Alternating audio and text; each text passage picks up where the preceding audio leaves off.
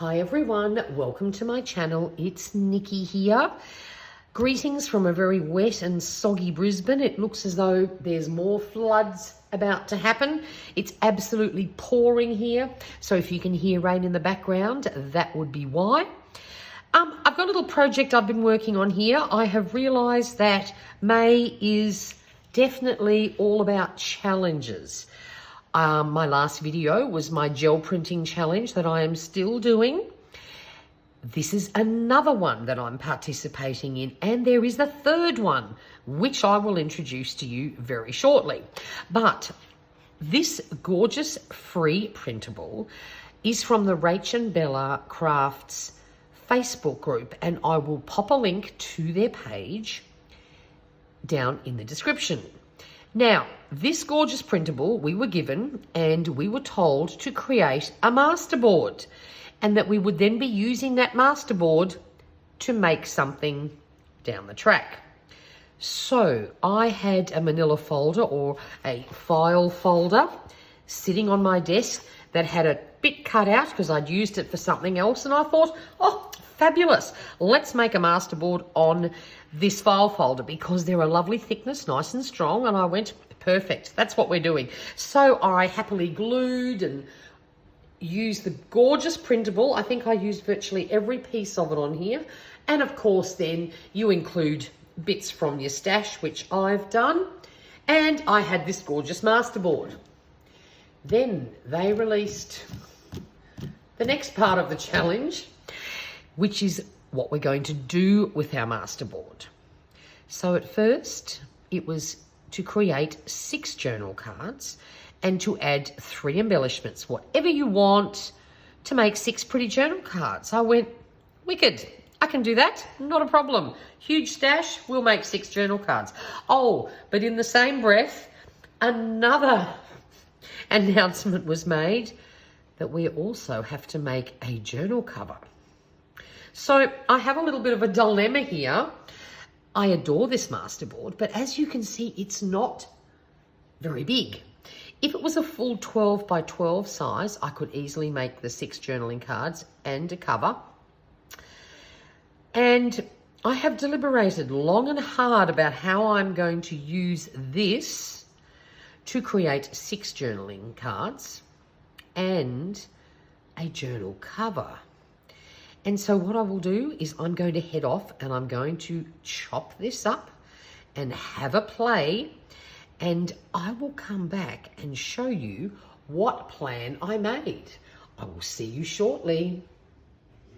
Right, so now I am back and I have done my chopping, and the first thing I did was create my 6 journaling cards.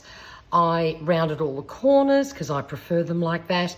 Have made them a little bit on the small side, but trying to conserve and make the most of what I had. And also, because of a couple of the patterns and inclusions I had on my masterboard, I decided to pick this size. So all I've done is add some little embellishments.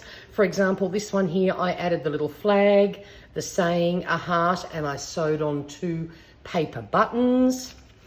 This one here, we've got the stamp and a birdie and a little bit of doily.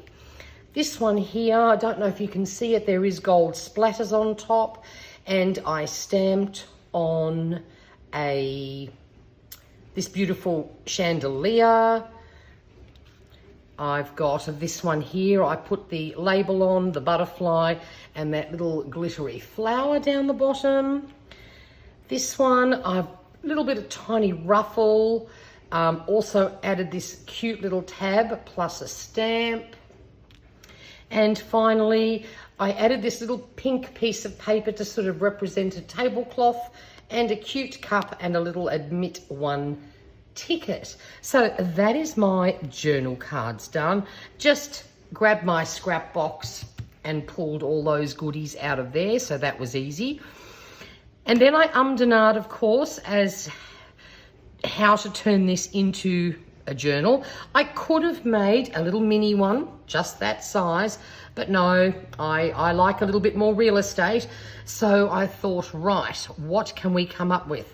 So what I have done is I grabbed a shopping bag, very similar to this, but it was a little bit bigger, and I trimmed off the handle, and I trimmed out then just the front and the back section through the base and everything out.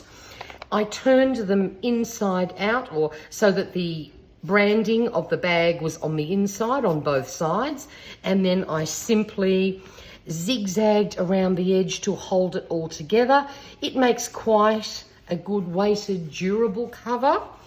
And then I grabbed this cute little stencil that I bought off AliExpress ages ago, and I decided to pick this design because I could place it down on the paper, use my modeling paste. I love using this Montmartre light molding paste. It just works so easily and so well, and I apply it with a spatula. And so this way, because this little image is right over on the edge, I could do one and then quickly move it over, do another one, and so forth.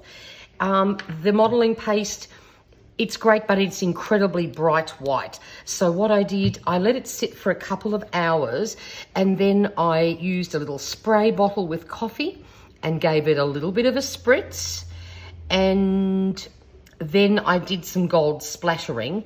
I chose not to do the design on the back because I feel that if I use this, I haven't quite decided what I'm using this for, but if you use it and you're sort of pressing on it all the time and playing with it, I think this may get damaged. So I just put the gold splatters on the back, and then I grabbed a piece of sari silk, long enough to go the whole way round, plus obviously long enough to tie. I glued that down onto the bag first, and then my little piece of masterboard that was left behind, I have simply glued on. Then I also, when I coffee dye and spray paint and everything, I always do it on garbage bags, and there's often residue left. So what I did on the inside here, I didn't end up with a lot of residue, but you can see there's some little bits of paint. I just sprayed a little bit of coffee onto this side, popped it down on top of the black garbage bag, and it has picked up some of the paint.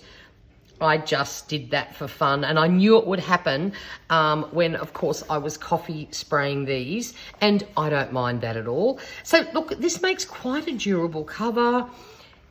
I decided at this stage not to add any further embellishment because I'm not quite sure if there will be a next stage to this challenge, and I might then regret having added things because they may not suit, whatever. I mean, I don't know what the next stage is. The other thing I thought I might do is use this cover, providing we don't have to do something else with it, for Junk Journal July. I thought that might be a perfect cover. All I have to do is sew in a nice chunky signature full of lots of lovely paper scraps, and I think this would make a great Junk Journal July cover. And if we do end up having to do something else with this, I might make another one very similar for that purpose.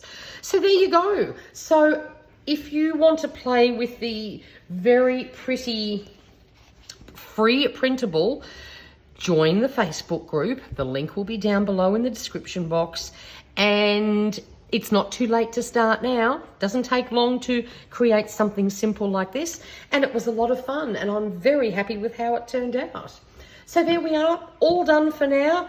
Who knows what the next part of this challenge will be, if there is any, I don't know yet, but let's wait and see. So if you're not already a subscriber, I would love it if you joined the family.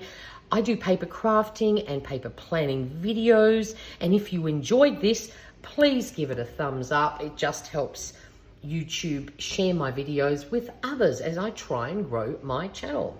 So until next time, stay safe and stay healthy. Bye for now.